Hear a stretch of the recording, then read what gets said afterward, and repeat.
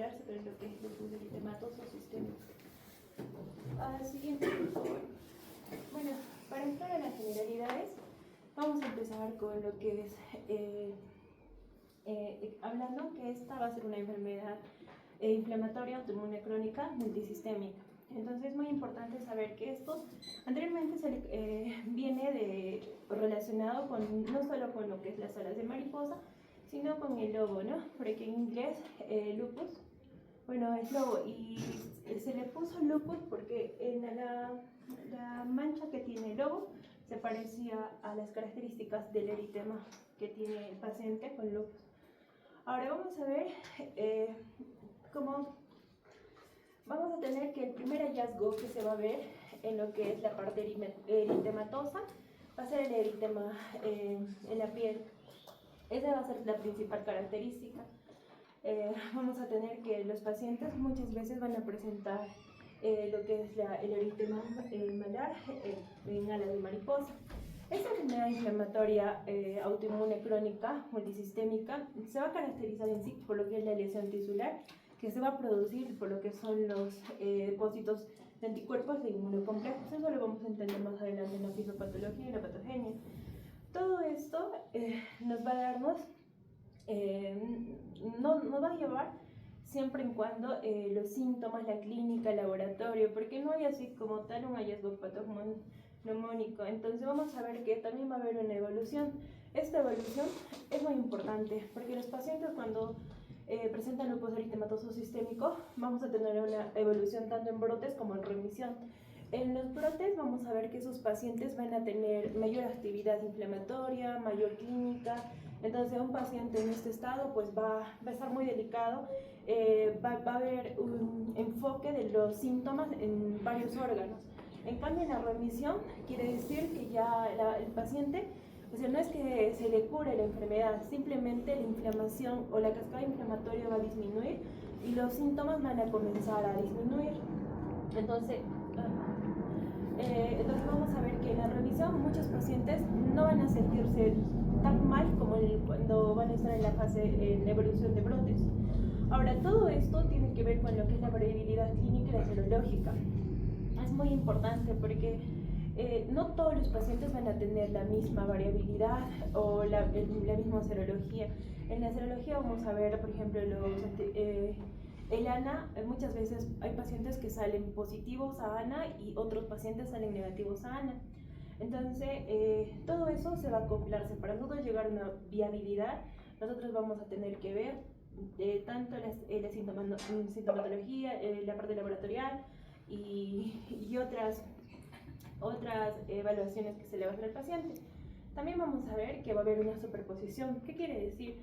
El lupus eritematoso pues no va a ser como otras enfermedades que sí tienen características exclusivas, porque muchos pacientes van a presentar, por ejemplo, artritis, van a estar relacionadas hasta con el Sjögren o la vasculitis. Entonces van a superponerse a esas enfermedades. Entonces va a ser difícil de nosotros decir ese paciente tiene lupus, no solo con la clínica, porque también la clínica lo vamos a ver en otras enfermedades. Ahora vamos a tener las comorbilidades, que es muy importante, porque los pacientes, en este caso como Sjögren, artritis nodosa, son muy propensos a tener esa enfermedad como tal, porque vemos que el sistema inmunológico va a atacar a algunas células del cuerpo, porque no las va a reconocer. Entonces vamos a tener este problema con lo que es la comorbilidad.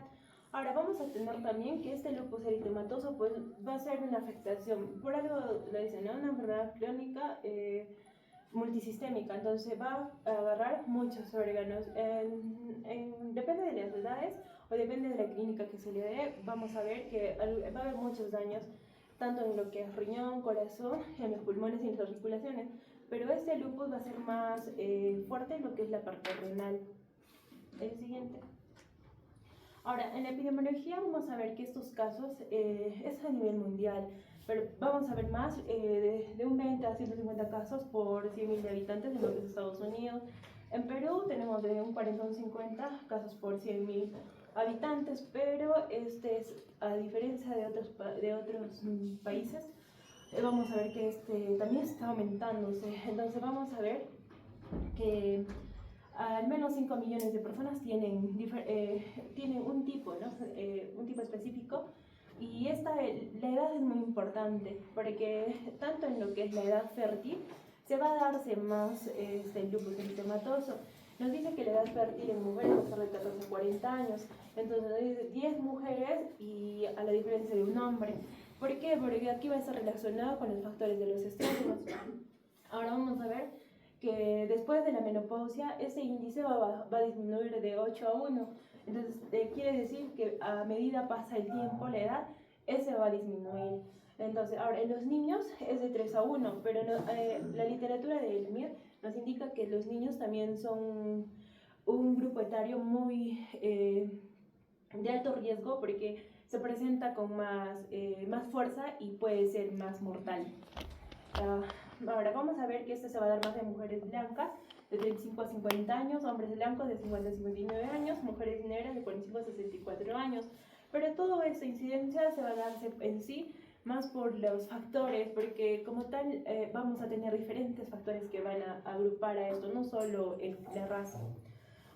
Ahora vamos a ver que todo esto se va a dar en zonas urbanas.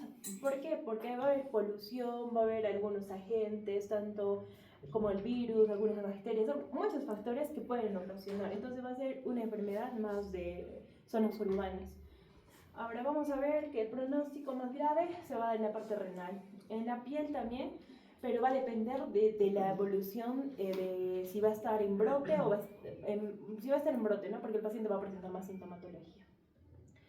Ahora, el inicio de la enfermedad de un 60 a 65% de los pacientes se va a dar el 20%, que es la mayoría, antes de los 16 años, luego viene entre los 55 y a partir de los 15 y luego a los 55 para allá. Siguiente. Ya. Ahora vamos a ver lo que es la etiología del lupus eritematoso. En la etiología va a haber muchos factores ambientales, va a haber factores genéticos, vamos a tener el problema del autoinmune, vamos a tener la ventilación y esto va a desencadenarnos un lupus eritematoso. Entonces vamos a ver aquí que en los factores ambientales van a estar relacionados principalmente también con los genes, por ejemplo el HLA, que va a estar relacionado con el HLA-B8, HLA-DR3 y HLA-DR2. Pero no solo esto, también tenemos una implicancia de lo que son los factores ambientales, como por ejemplo la exposición solar, a la radiación. Vamos a tener lo que es el consumo de tabaco, y eso lo hemos visto por ejemplo en la artritis reumatoide, pero esta enfermedad también se superpone a veces a esta, entonces también es un factor.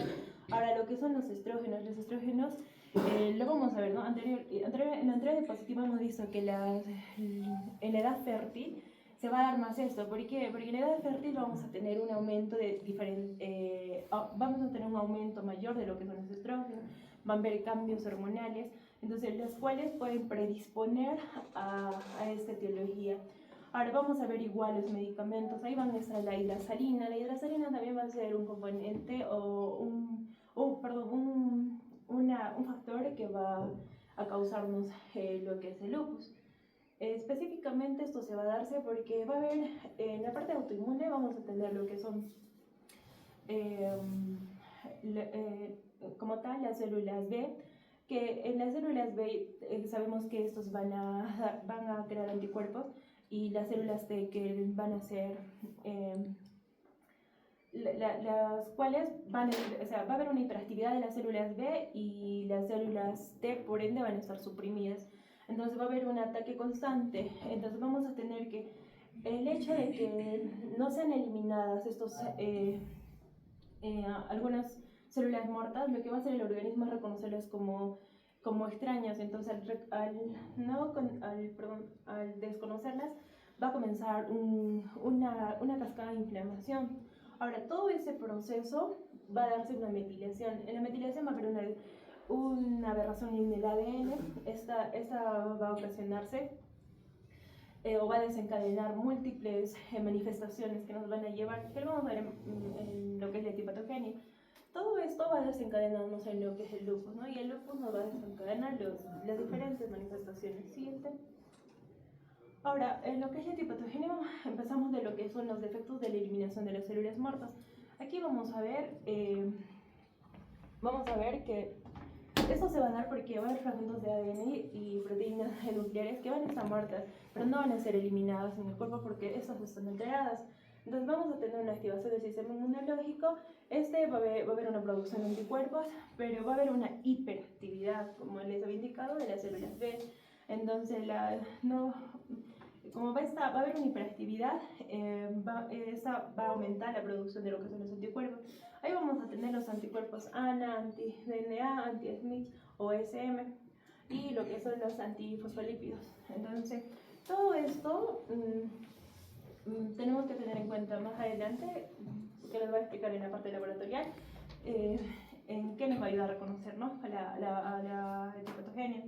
Ahora, todos estos anticuerpos, como no están eliminándose, van a ser como parte extraña del cuerpo. Entonces, todo esto va a ocasionar una formación de los complejos. Esta formación de los complejos se van a depositar en los diferentes organismos y vamos a tener que tanto riñón, piel, articulación y vasos sanguíneos, pues nos va a dar una cascada de inflamación. Ahí va a haber una inflamación tanto tisular y va a activar lo que son los complementos. Al activarse estos complementos va a haber una inflamación consecutiva, un daño tisular, una inflamación crónica.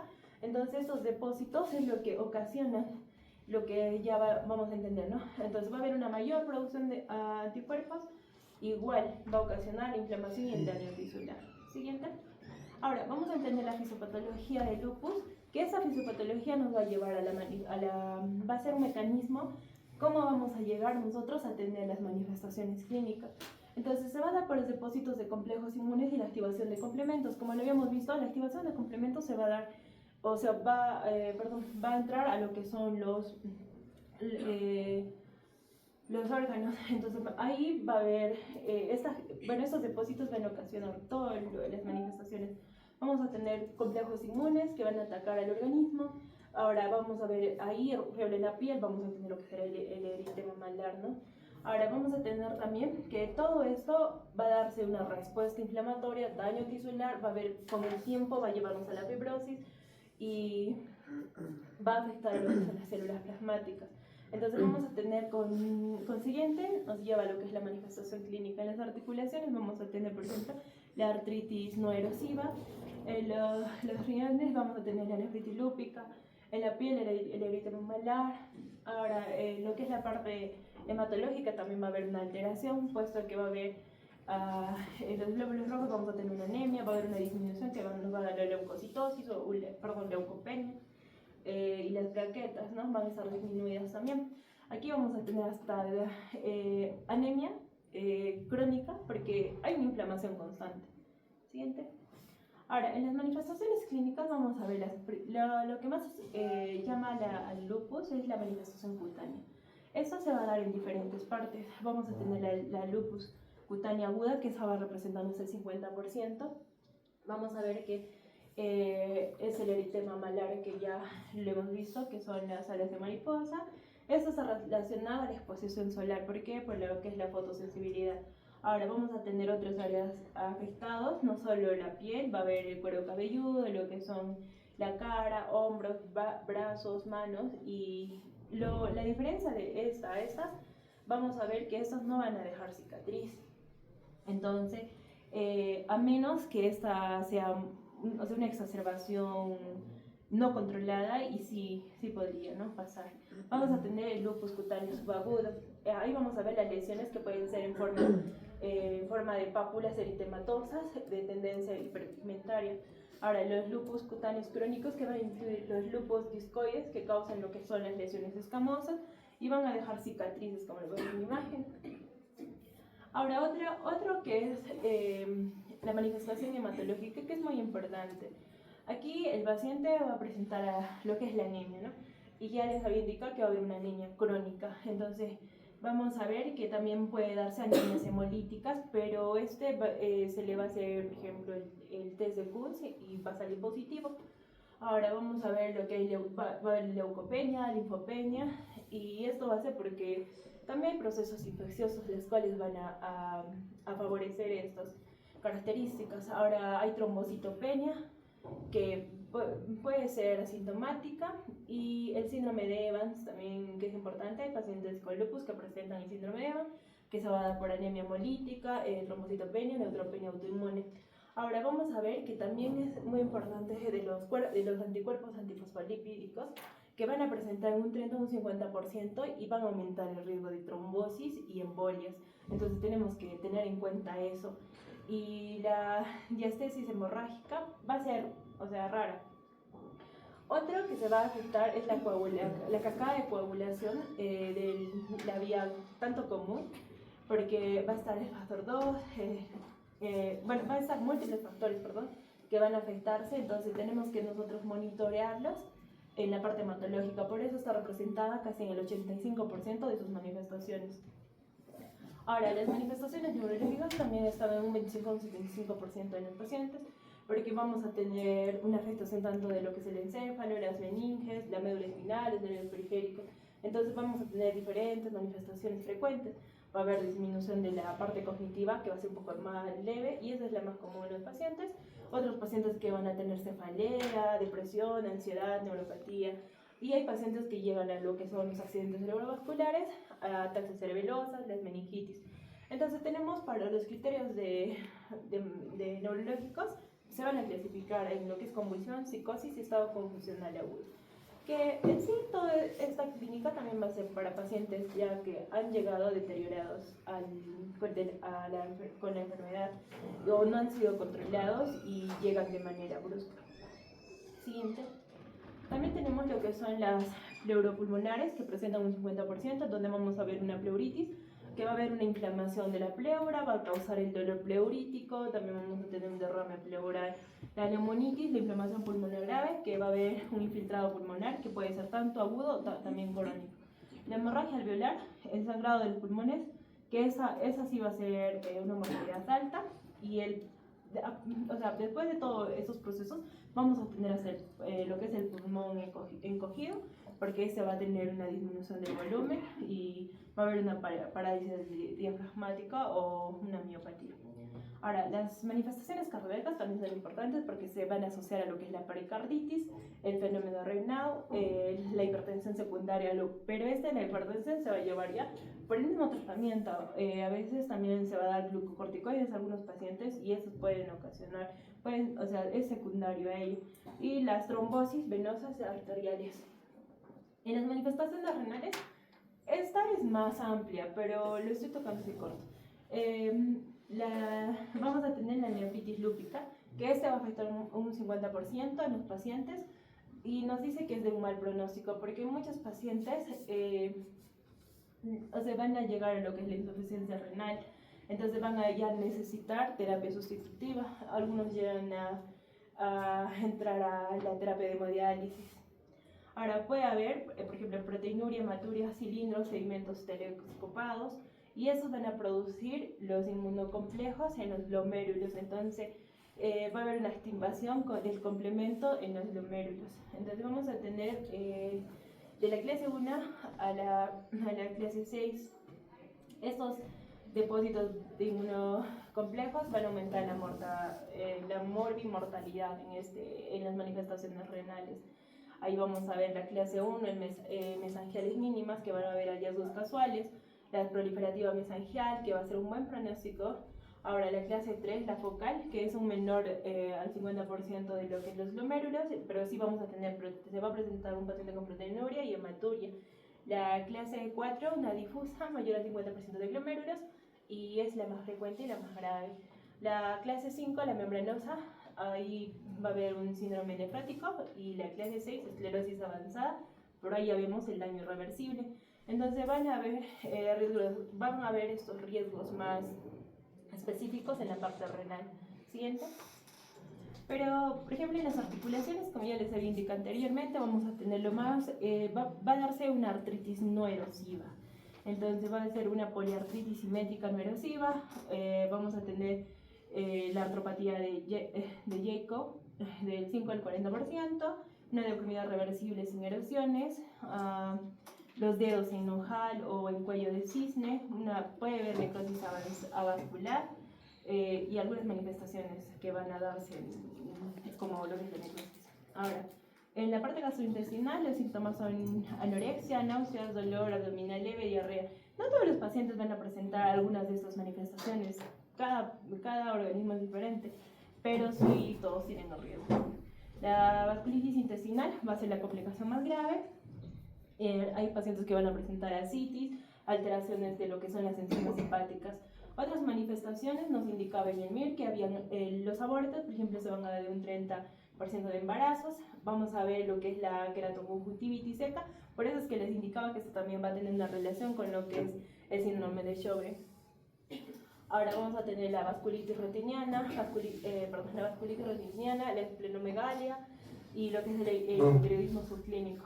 Pero todo esto también nos hablaba de la amiloidosis, pero nos indicaba que también no es frecuente. Y las adenopatías también nos indicaba en el MIR que había relación de algunas adenopatías que nos podrían llevar a un problema oncológico. Y lo más característico de los pacientes con lupus también presentan los síntomas constitucionales, que es la fiebre. La mayoría de pacientes que se presentan al hospital van a decirle siempre, ¿no? Tengo sensación de alta térmica o fiebre, ¿no? Que ellos le llaman. Otros lo cuantifican, otros no. Depende. Ahora los dolores de cabeza, la pérdida de peso y también lo que es el cansancio. El cansancio se puede relacionar tanto que hay veces los pacientes ya llegan como les digo una anemia porque ya hay un proceso inflamatorio crónico, pero no siempre, sino es parte de la clínica o la manifestación de la clínica del lupus. ¿Qué le pasa al siguiente? Ahora, pasando al diagnóstico, tenemos que evaluar primero cómo el paciente va a llegar a la consulta.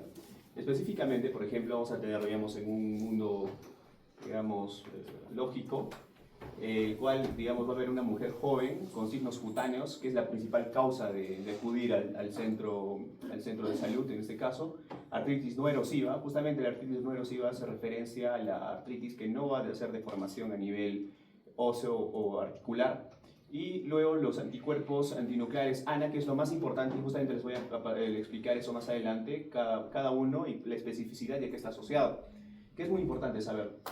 Dentro de esto, dentro de la sospecha clínica vamos a tener, ¿no? Como ya mi compañera mencionó, el eritema malar, lesiones discoides con áreas hipopigmentarias centrales, como en los dedos, en las manos, a nivel de las palmas también tenemos lesiones discoides, como podemos observar, con placas eritematosas, y bueno, acá también, ¿no? La artritis no erosiva, la artritis de Charcot, como ya mencionó mi compañera, y lo otro que es importante es el anticuerpo antinuclear positivo. Y justamente pasando al tema del flujo del...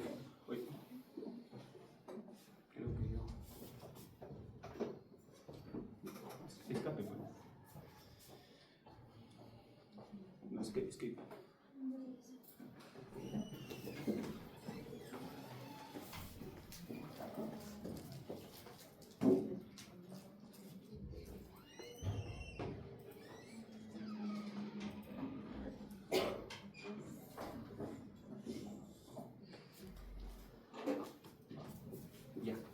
Dentro de este proceso vamos a tener, verificación del hemograma, que es lo básico, ¿no? Que podemos pedir. Por ejemplo, ponemos la anemia que hemos mencionado específicamente, donde vamos a observar justamente el CUMS positivo, que hace referencia justamente a la autoinmunidad, leucopenia, trombocitopenia, el volumen de sedimentación globular aumentado, donde esta hace referencia al lupus eritematoso que está activo. Luego tenemos a PCR, aumento del PCR, donde normal o bajo hace referencia también cuando, en este caso normal o bajo es cuando el lupus no está activo, y el PCR elevado o muy elevado, eso quiere decir que hay un proceso infeccioso sobreañadido. Dentro de esto tenemos también el factor, aumento del factor reumatoide de un 20 a 30% de los casos. Luego otra cosa importante también la hipergamaglobulinemia, que puede estar asociado específicamente a la inmunoglobulina G asociado con el déficit de inmunoglobulina A. Luego tenemos la hipocomplementemia, que es muy importante, por el consumo por brote lúpico activo específicamente, y tenemos, ¿no?, el complemento C3, C4 y CH50, donde C4 valora específicamente la evolución y el tratamiento. Dentro de eso también vamos a tener el examen de orina, que justamente, como habíamos mencionado, como es una enfermedad multisistémica, vamos a tener que verificar justamente la proteinuria, la hematuria y cilindros hemáticos, que son específicos de la nefropatía lúpica, ¿no? Siguiente, por favor. Ahora, dentro de los anticuerpos, que es lo más importante, primero, para dosar o para filtrar, digamos, estos pacientes, primero es que tenemos que sacar un ANA. Como mis compañeras en el otro tema también especificaron, el ANA no va a ser específico, pero nos va a guiar con la clínica que ya hemos tomado. Dentro de estos tenemos los autoanticuerpos específicos, que principalmente van a estar de un 60-80%, el anti-DNA DS o la cadena doble, que está asociada a la actividad clínica y a la nefritis específica. Luego tenemos otro que es el más específico, el anti-SMIT, que ya mencionó, que va a estar más o menos aproximadamente un 30%, y está asociado justamente a vasculitis, leucopenia y afectación del sistema nervioso. Y otros que pueden estar asociados justamente a estos autoanticuerpos va a ser la anticardiolipina, antieritrocito, antiplaqueta, antilinfocito y antineurona. Como podemos observar acá, que lo hemos sacado del MIR también, es muy importante esta regla mnemotécnica para que nunca nos olvidemos. Por ejemplo, el anti-DNA justamente se asocia, como hemos mencionado, a daño renal. El anti-SM o anti-SMIT son los más específicos del lupus eritematoso. Los anti-RNP o los bueno, va a estar relacionado con el reumático y está asociado con procesos autoinmunes. Los anti-RO-SSA relacionados con lupus subagudo y ronchas, y finalmente el anti-P está asociado a manifestaciones psiquiátricas y neurológicas. Son muy importantes recordar eso porque son siempre exámenes del MIR. Si alguno, bueno, más adelante vamos a tener que dar, si es que vamos a España, este examen. Siguiente, por favor. Ahora, esta clasificación neular ACR del 2019 es muy importante, que también nos manda justamente con este cuadro específico, donde vamos a, digamos, a clasificarlos respecto, primero, tenemos que tener un título de ANA o anticuerpo antinuclear mayor o igual a 1,80, que hace referencia a ese 1,80 a la cantidad de números de anticuerpos que van a aparecer en la dilución de 1 sobre 80. En este caso, si es mayor a 1 sobre 80, va a cumplir este criterio para poder ser clasificado dentro de lo que es el lupus sistémico, lupus eritematoso.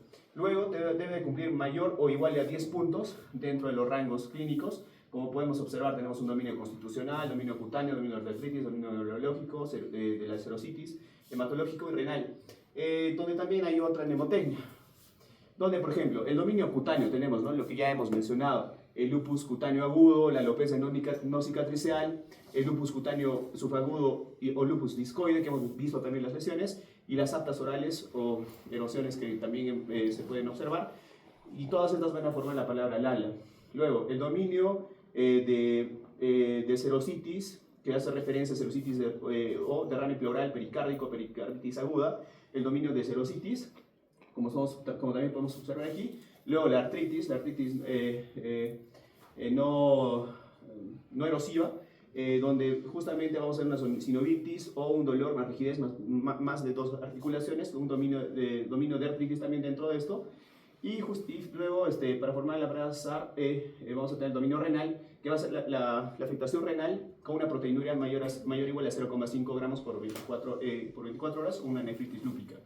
Eso es la palabra SARA. Y luego tenemos, bueno, esta palabra dos chaladas, que, bueno, justo como es española, podemos relacionarlo justamente con el dominio inmunológico, ¿no? Con el anticuerpo beta-2 glicoproteína, anticuerpo anticardiolipina, tipo complementemia, que también ya hemos observado, el anticoagulante lúpico, luego el anti-DNA, que es el que hemos visto también y mencionado, el anti-SMIT, que también es muy específico de esta, y luego tenemos la otra que es en ese caso con dominio constitucional, de fiebre, y el dominio hematológico, que va a ser la plaquetopenia, leucopenia y anemia hemolítica autoinmune, para finalmente llegar a la parte del dominio neurológico, como podemos observar, donde vamos a tener, ¿no?, convulsiones, psicosis o delirio. De acuerdo a todo este cuadro vamos a estratificar y vamos a, a darnos, si cumple mayor a 10 puntos y tiene al menos un dominio clínico, ya está como un criterio de alta categoría para confirmar que es un lupus eritematoso sistémico. Siguiente, por favor. Ahora, dentro de las formas especiales que también menciona el MIR, tenemos el lupus medicamentoso, el pseudolupus, donde van a existir fármacos específicos que van a, digamos, a manifestar toda la clínica del lupus eritematoso, donde en este caso se va a caracterizar porque no hay afectación del sistema renal y del sistema nervioso central, hay negatividad del anti-DNA de doble cadena y el anti-SMIC, que son los específicos que hemos mencionado. Va a haber un ANA positivo y la positividad antihistona, que es un 90%. Justamente esto va a estar relacionado a este anticuerpo antihistona que va a ser justamente, producido específicamente por la procainamida, que ha sido exactamente pregunta, procainamida, hidralacina y otros, ¿no? Que también la de penicilamina, isoniazida, penidoína, interferón. ¿Y cuál es lo único, digamos, para que este proceso, digamos, remita? Va a ser suspender los fármacos y usar corticoides nada más.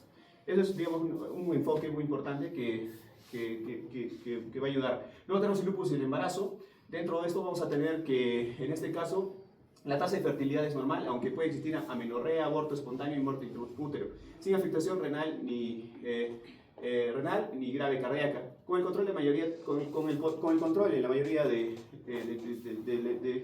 cuando termina el embarazo, va a ceder, donde el tratamiento se recomienda la prednisona o hidrocortisona, que es justamente apoyado para el uso en el embarazo. Luego, el lupus neonatal se produce por la acción de anti-RO y anti-LA, que también hemos mencionado anteriormente, los anticuerpos transferidos de la madre al feto. Aunque la madre no tiene lupus, puede tener otras o ser asintomático.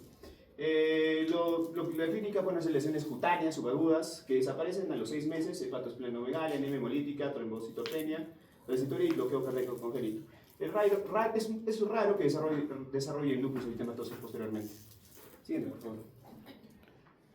Dentro de la evolución, esta enfermedad, como hemos observado, va a ser una enfermedad crónica y cursa con periodos de actividad y remisión, causadas por infecciones, por efectos ambientales, quirúrgicos, exposición al sol, embarazo, anticonceptivos orales de emergencia, que es muy importante recordar eso, que justamente inician su exacerbación. El pronóstico, generalmente, bueno, lo que indican es de que la supervivencia mejoró más del 75% a los 10 años de diagnóstico. Entonces eso es algo muy tardío, ¿no? Específicamente para poder ver el pronóstico. Luego, los factores que influyen en el pronóstico de mortalidad son el grado de proteinuria y uremia, la afectación renal, anemia y afectación del sistema nervioso, además de la raza negra, hipolipinemia, hipocomplementemia, hipertensión arterial y trombopenia. Y luego, las causas de muerte no van a ser específicamente por la enfermedad, sino van a estar relacionadas con infecciones, principalmente nefropatía y lesiones neurológicas. Siguiente, por favor. Ahora, el tratamiento, hemos tratado de hacerlo de la manera más entendible, donde las medidas generales justamente van a hacer cortar todos los factores que van a implicar esta exacerbación, como evitar exposición a rayos ultravioleta, pacientes fotosensibles, prestar atención en situaciones que puedan afectar exacerbación, como en el embarazo y todo lo mencionado previamente, y dentro de la farmacología, como primeros fármacos para poder ayudar en la clínica de estos pacientes, vamos a tener los AINES, ¿no?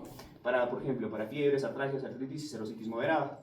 Luego vamos a tener lo importante, los antipalúdicos, que se utilizan la hidroclorotiazida, que es muy importante porque se va a utilizar esto justamente porque previene brotes, es un antitrombótico y mejora el perfil metabólico con defecto positivo para la mortalidad.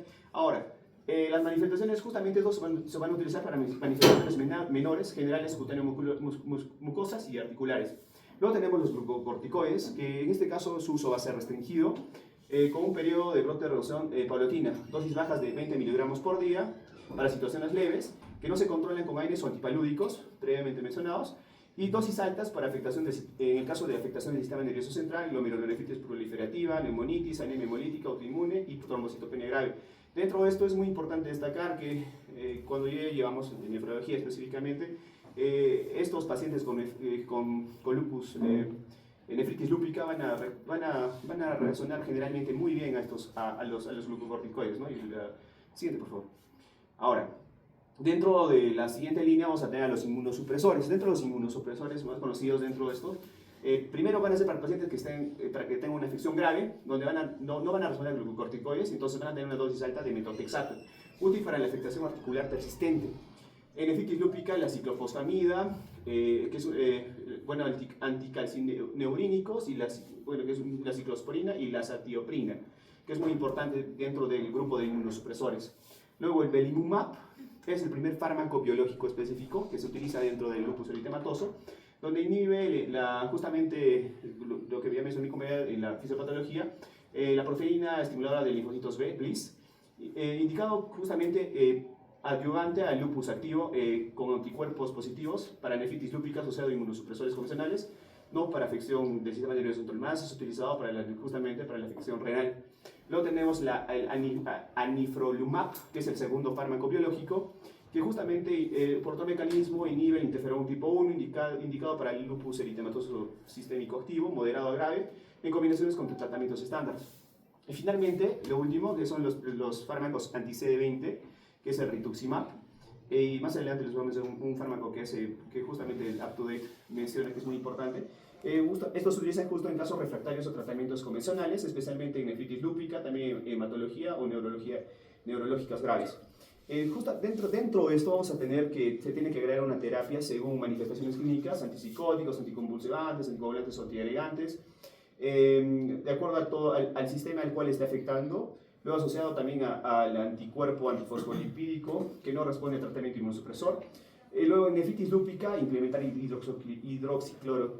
hidroxicloroquina para el control de la presión arterial, como también dentro del control de factores de riesgo cardiovascular, y mejorar los hábitos de vida. En este caso también se utilizan los IECAS o ARAS, ARA2 como nefroprotectores específicamente. Siguiente, por favor. Ahora, dentro del tratamiento tenemos aquí un resumen. Como podemos observar, la afectación del tratamiento, la hidroxicloroquina en todos los pacientes. Ahora, dentro de lo más leve a lo más grave, vamos a tener la musculoesquelética, que vamos a tener principalmente AINES, erositis AINES, mucocutáneos corticoides tópicos, hematológicos, dosis según gravedad. Ahí tenemos también en lo cardiopulmonar, corticoides, renal, también que hemos mencionado toda la gama de fármacos que podemos utilizar. Neuropsiquiátrico, justamente también sintomatológico y vascular antiagregación, que también está relacionado a lo que hemos mencionado. Ahora, dentro de los efectos secundarios, es muy importante también saber que también se pregunta el examen, los antipalúdicos como la cloroquina e hidroxicloroquina van a tener el efecto secundario principal de retinopatías, como maculopatía en Off-Way, que requiere controles oftalmológicos periódicos, y la hidrocloroquina que es menos tóxica. Ahora, dentro de esto, la obinutuzumab para el lupus eritematoso sistémico activo en marzo de este año, dice que es un anticuerpo monoclonal anti-CD20 que puede utilizarse como parte de un régimen de tratamiento de primera línea para la nefritis lúpica, pero su papel más amplio en el tratamiento de las manifestaciones no renales del lupus eritematoso sistémico específicamente no se está definiendo, pero es justamente lo último que han, digamos, relacionado justamente para el tratamiento de la nefritis lúpica. Siguiente, por favor. Bueno, aquí había un testimonio, pero ahorita no creo que ya estamos sobre la hora, que es muy importante porque los pacientes que viven con esta enfermedad sufren demasiado justamente, ¿no? La calidad de vida de estos pacientes no son adecuados como para... Volvemos en la siguiente clase. Sí, por favor. Solamente, eso es todo, ¿cierto? Sí, muchas gracias. Ya. Muy bien. Lamentablemente lo hemos acelerado este tema. Es muy interesante el tema para aprendizaje. Lo lamentable es que no nos gustaría que encontremos pacientes con lupus, ¿ya? Supongo que en el video también resaltaba la persona que hablaba en el video. Es una enfermedad donde tú vas, es como una manzana, ¿no? A veces compramos una manzana bonita y por dentro está el gusanito y está avanzando y abres la manzanita y ya no hay manzana, algo así, ¿no? Es igual el cuerpo del ser humano en estas personas cuando tienen lupus. El lupus, si ustedes van a diagnosticar a un varón, es el pronóstico malísimo. No pasan si los diagnosticamos, digamos, a los 20, 25 años, no llega a los 50 años, porque empieza a complicarse muy rápido. Espera, creo que ya anda nomás, yo voy a poner acá una cosa. ¿cierto? Sí, Ya, eso para es la lo que siguiente tenemos. me las traes nomás o me lo pasas a mí. Una pregunta. ¿Por qué en la edad fértil, cuando una mujer está embarazada, se activa, no es lúpica, y se activa con el embarazo el lupus? Háblame. Háblame. Ya, otro, ¿por qué cuando una mujer ya no tiene lupus y se embaraza y se activa el lupus? A ver, ahí están los chicos participantes. ¿Por qué? Si no pongo en el examen esa pregunta. Ya no vamos a poder.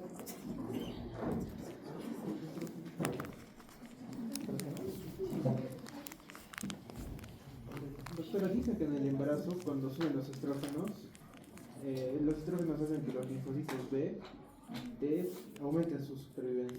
Y es Ya. por eso que viene la reacción. Eso uno. Otro, algo simple, una respuesta así rapidín. Todo lo que dice vuestro compañero está bien, pero ¿qué más? Porque Muy bien, el el estrés. embarazo te hace susceptible a tener una inmunosupresión. Ya, uno puede ser también, está bien. Los estados emocionales. Ya. Lo más característico, el feto en la mujer es como algo extraño, no lo reconoce el cuerpo. Y hay toda esa reacción que tú dices, ¿ya? Pero la causa es el feto.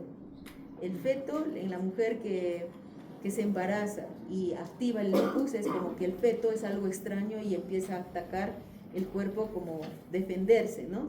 Entonces por ahí activan el lupus, ¿no? Por eso ahí dice, ¿por qué la embarazada? Por eso dicen, ¿no? El riesgo de la edad fértil en la mujer, ¿ya? Eso es uno. En sus diapositivas hay uno de los anticuerpos. Ahí van a ver algo específico para la nefritis lúpica. Y eso es pregunta de examen. En todo lugar les van a preguntar. Como lo ha recalcado vuestro compañero en el cuadrito del MIR. Preguntas que siempre vienen. No se olviden. Si quieren, anótenlo ahí porque siempre viene esa pregunta. ¿Ya? Ya terminaríamos porque es las 5. ¿O quieren seguir? Seguimos nomás. Ya, el perfil ENA. ¿Quién sabe qué es el perfil ENA? Perfil ENA. ¿Alguien? Ya. Perfil ENA, justamente en esta patología, a ver si puede entrar o no. Perfil ENA es todos los anticuerpos que ya estamos aprendiendo, ¿ya? Entonces, cuando ustedes sospechen de un paciente con enfermedad autoinmune y principalmente están sospechando de un lupus, piden el perfil ENA. Y en el perfil ENA están casi todos los anticuerpos, exceptuando, hay perfil ENA con cierta cantidad de anticuerpos, ¿ya? Por ejemplo, acá tenemos el más acá que veo más corto.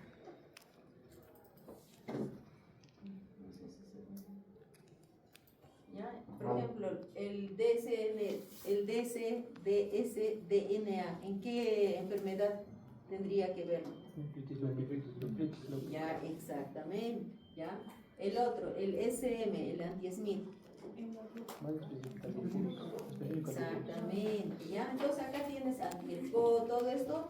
Entonces viene una batería. Tú puedes pedir, para no estar ya pidiendo de repente el ANA, el ANCA, los complementos, no sé si vienen acá.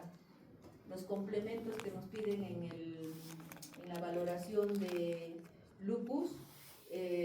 También vienen en el perfil ENA, pero lo tienes que especificar. Entonces, acá tienes casi todos los anticuerpos, solamente identificar. El último examen que yo voy de repente en el segundo, o dependiendo si vamos a dar un tercero, yo hago estas preguntas. Por ejemplo, ¿anticuerpo para qué? ¿Para qué? Por ejemplo, el anti-Jo es en varias enfermedades que ya estamos estudiando. Esclerodermia, polimiositis, dermatomiositis, está el anti-Jo, ¿ya? Por eso es el perfil ENA. A ver, espérate, no puedo entrar a la diapositiva de los chicos.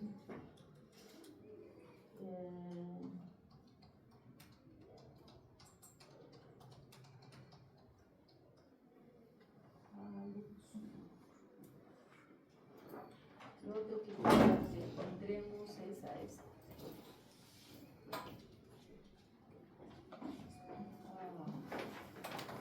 Pienso que es esto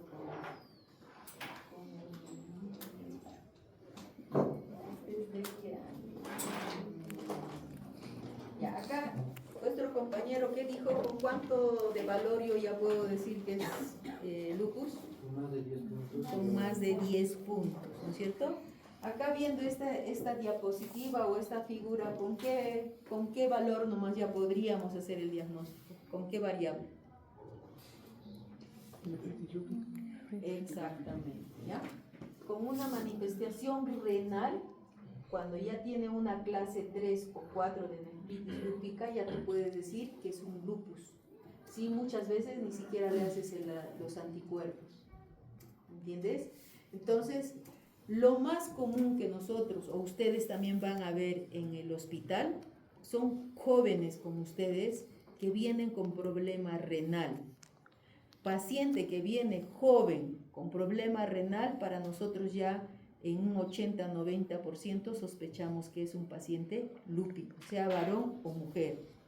Ya, eso no se olviden. Paciente con problema renal joven, hay que sospechar ya de lupus, hay que descartar que sea lupus, ¿ya? Y si es lupus, pues hay que iniciar ya. Si ha llegado con un problema ya, con una manifestación renal, igual ya tiene pronóstico malo. Puede ese paciente sí recibir todo el tratamiento que ha especificado vuestros compañeros, la hidroxicloroquina, los corticoides, rituximab, puede recibir todo, pero puede avanzar su enfermedad, ¿ya? La otra escala, aparte de esto del diagnóstico, la otra escala que yo voy a utilizar para ver si ese paciente está en actividad de la enfermedad es la escala del SLEDAI. Escala SLEDAI.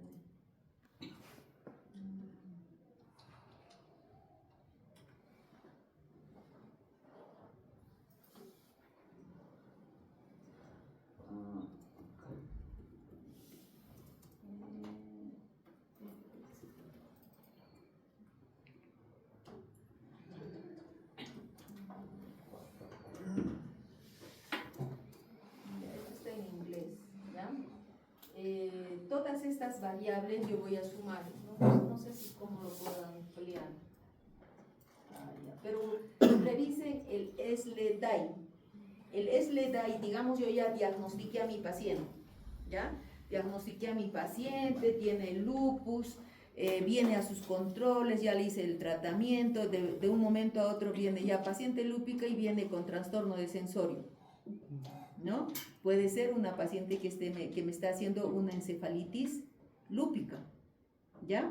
Entonces, yo evalúo acá y le voy dándole un ticket. Mira, acá hay unos valores, 1, 2, 4, unos valores que ahí también voy haciéndole un tic, diciendo si está en actividad o no está en actividad ese paciente. Si está en actividad ese paciente, ya no le voy a darle de repente el tratamiento de hidroxicloroquina, no. Sino yo ya me voy a ir a los biológicos. Probablemente ya voy a utilizar pulsos de corticoides, porque ese paciente puede empeorar. Puede empezar puede estar haciéndome una anemia hemolítica. No estaba haciendo anemia hemolítica, pero puede estar haciéndome ya una anemia hemolítica. Entonces, por eso el paciente lúpico es un paciente de manejo multidisciplinario. Participan casi todos los profesionales, cardiólogo, neurólogo, reumatólogo, médico internista. En este caso, muchas veces los pacientitos llegan a la emergencia ya con este cuadro de compromiso de sensorio. A veces vienen medios loquitos. Ya ves, la familia misma, no, ayer estaba bien, pero hoy día está viendo cosas, está gritando a la gente. Entonces, está activándose otra vez el lupus, ¿ya? En esa actividad puede ser que pueda fallecer, porque se va a complicar casi todos los órganos. O al revés, podemos sacar adelante a este paciente, pero ya es un pacientito que va a ir deteriorándose poco a poco. ¿Ya? Entonces, ahí terminamos. Repasen lupus. En la siguiente, que van a ser vasculitis, no sé quiénes son, también es un tema amplio, vasculitis. Esperemos empezar temprano y al tiempo que quede vamos a hacer un pequeño resumen desde artritis reumatoide, así rápido, con casos clínicos o preguntas que yo les voy a plantear para ver cómo va a ser el examen, ¿ya?